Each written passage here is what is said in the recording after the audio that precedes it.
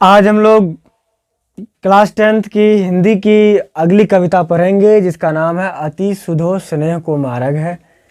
इनका जो कवि है वो है घनानंद जी। घनानंद जी प्रेम के पीर के कवि हैं। प्रेम के पीर का मतलब होता है जो प्रेम की व्यथा को, प्रेम के दर्द को, पीड़ा को गाए, ऐसे कवि को प्रेम की पीर का कवि कहा जाता है। घनानंद का जन्म 1689 ईस्वी में हुआ था। कहाँ हुआ था ये आपकी किताब में नहीं लिखा हुआ है। कहा जाता है कि 1739 ईस्वी में जब नादिर शाह की सेना ने भारत पर हमला किया था तब उसी आक्रमण में घनानंद की मृत्यु हुआ था। ठीक है। इनकी दो रचना प्रमुख है। इनका नाम है एक सुजान सागर और एक है आपको विरह लीला। एक है सुजान सागर और एक है विरह लीला।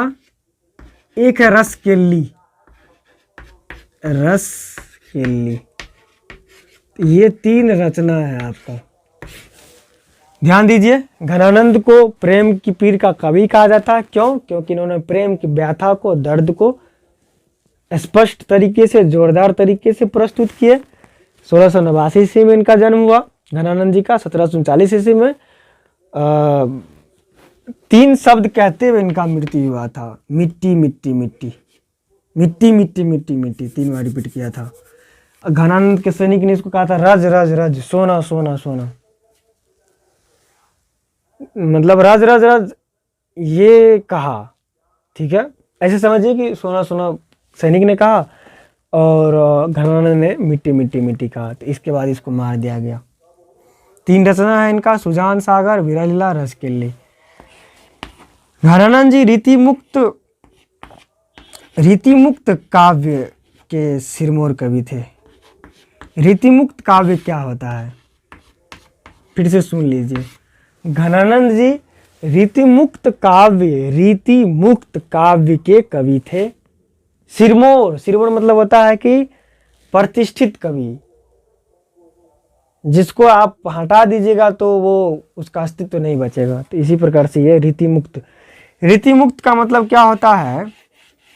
देखिए, हिंदी का जो पहला युग था, पहला युग, उसको रीतिकाल कहा जाता है।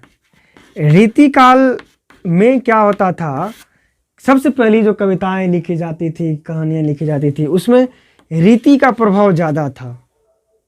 ठीक है, रीति का प्रभाव ज़्यादा था, तो इसलिए उस काल को रीतिकाल कहा जाता है। लेकिन जब घनानंद रचना करना शुरू किए तो उसमें रीति का प्रभाव नहीं था, रीति से मुक्त था वो। इसीलिए इनके कविताओं को रीतिमुक्त काव्य की संज्ञा दी जाती है। तो यहाँ पर आपका इसका परिचय खत्म होता है। सवैया में ही इनका कविता है।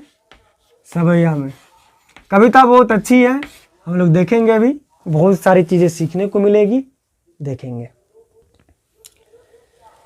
इसमें से कई लोग ये सोच रहे होंगे कविता को, देखिए 10th में कविता को आपको याद करना नहीं है। इनके अर्थ को समझिए और इसके प्रश्न उत्तर को याद रखिए, जीवन परिचय याद रखिए, इसी से आपका काम चल जाएगा। तो कविता क्या कहता है सुनिए। कहता है अति सुधो स्नेह को मार्ग है, जहां नेकु सयानपन बांक नहीं। कहता है कि बहुत ज्यादा शुद्ध हो जाना यह स्नेह को, प्रेम को मार देता है। एग्जाम्पल समझिए, एक है राम और एक है गीता। मान लेते हैं, राम नहीं मानिए, श्याम मान लीजिए। एक है श्याम, एक है गीता। श्याम को गीता से अति सुधो वाला स्नेह है। अति सुधो मतलब बहुत ज्यादा ही इनसे लगाव हो गया इनको गीता से। तो अब क्या होगा कि गलती भी करेगा ना तो श्याम उसको डांटेगा नहीं। तो अब क्या होगा, तो गीता धीरे धीरे बर्बाद होने लगेगी। प्रेम किसको कहा जाता है? प्रेम का अर्थ होता है कि अगर ये व्यक्ति इसको बर्बाद होने नहीं दे गीता को, तब कहेंगे कि श्याम गीता से क्या कर रहा है? प्रेम कर रहा है। लेकिन आप ज्यादा अटैचमेंट के चक्कर में इनके छोटी छोटी गलतियों को माफ करते जा रहे हैं, जो अचानक से बड़ा होकर किसी को क्या कर दिया? बर्बाद कर दिया। तब क्या हुआ यहाँ पर, अति सुधो क्या कर दिया, प्रेम को मार दिया, स्नेह को, प्रेम का ही दूसरा नाम क्या है, स्नेह, स्नेह को क्या किया, मार दिया। तो किसी भी प्रति से वही, यही मोह है, अति सुधो को ही मोह कहा जाता है, जिसका जिक्र हम राम गुरु नानक की कविता में किए थे। तो किसी के प्रति भी अति सुधो या मोह की भावना नहीं रखनी है। जहां मोह रहेगा, जहां अति सुधो रहेगा, वहां प्रेम नहीं रहेगा, वहां स्नेह नहीं रहेगा, स्नेह मर जाएगा वहां। ठीक है, करना क्या है, प्रेम रखना है व्यक्ति के प्रति। प्रेम क्या है, अगर तुम गलती करोगे तो तुमको डांटेंगे, अच्छा काम करोगे तुमको प्रोत्साहन देंगे, ये है प्रेम। ये बहुत मुश्किल चीज है, लेकिन व्यक्ति को प्रैक्टिस करनी चाहिए इसी करने का। जहां नेकु सयानपन बांक नहीं, प्रेम का जो मार्ग है ना, वहां पर सयानापन दिखाइएगा तो नहीं चलेगा। सयानापन मतलब अपना चतुराई वाला बुद्धि, चतुराई दिखाइएगा, अपने आप को जमाने की कोशिश कीजिएगा, तब प्रेम नहीं हो पाएगा। प्रेम में जरा सा भी चालाकी नहीं चलता है, जरा सा भी चतुराई नहीं चलेगा यहाँ पर। तो क्या चलेगा यहाँ पर, तो प्रेम में क्या चलेगा, दूसरे के कल्याण के लिए, दूसरे के हित के लिए आप सभी काम कीजिए, वही प्रेम है। तहां साचे चले तजी आपन पो झुझुके कपटी जे निशाक नाही, प्रेम की राह पर वही चल सकता है जिनमें ना जरा सा भी कपट ना हो, जिनमें हर वक्त अपनापन हो, वही प्रेम की राह पर चल सकता है। घनानंद प्यारे सुजान सुनो यहाँ एक ते दूसरे आंख नहीं। घनानंद कवि कह रहे हैं कि घनानंद प्यारे तुमको बता रहा है, तुम सुनो, इस दुनिया में एक भी व्यक्ति दूसरे व्यक्ति से कम नहीं है। तुम कौन धो पाठी पढ़े हो, कहो मन लेहू पे देहू छटाक नहीं। घनानंद जी कहते हैं कि प्रत्येक मनुष्य को यह पाठ पढ़ा दिया गया है कि तुम ले सकते हो मन, मन मतलब एक मन दो मन, जो हम लोग धान गेहूं नापते हैं वो वाला मन। तुमको कौन ये पढ़ा दिया है कि तुम मन भर 3 मन 4 मन दूसरे से लो, लेकिन देने के नाम पर एक सुई भी नहीं तुम देते हो। आज का व्यक्ति दान करना भूल गया है, हर वक्त चाहता है कि हमको मिले, कुछ मिले, कुछ मिले, कुछ प्राप्त हो। इस पर घनानंद जी गुस्सा करते हैं, कहते हे मनुष्य तुम कौन धो पाठी पढ़े, तुम ये क्या पढ़ लिए हो, कहो मन लेहू पे देहू छटाक नहीं। चाहते हो करोड़ों रुपया आ जाए, देने के नाम पर, दूसरे का मदद के नाम पर 1 रुपया भी नहीं निकलता है, ये गलत बात है, ये तो तुमको बर्बाद कर देगा, ये प्रेम नहीं है। प्रेम क्या है, कुछ भी नहीं चाहेंगे लेकिन फिर भी देंगे। जहां तुम्हारा स्वार्थ नहीं है वहां से प्रेम का जन्म होता है। पहला पार्ट इसका खत्म होता है। दूसरा पार्ट, पर काज ही देह को धारी फिरो परजन्य जथारथ हुए दरसो। कहता है बादल की तरह बनो। बादल देह धारण करता है बारिश करने के लिए, बारिश करने के लिए, इस दुनिया की प्यास बुझाने के लिए। खुद के लिए बादल देह धारण नहीं करता है, बादल देह धारण ही करता है दूसरे के कल्याण के लिए, इस पूरे पृथ्वी के प्यास को बुझाने के लिए। बादल की तरह बनो।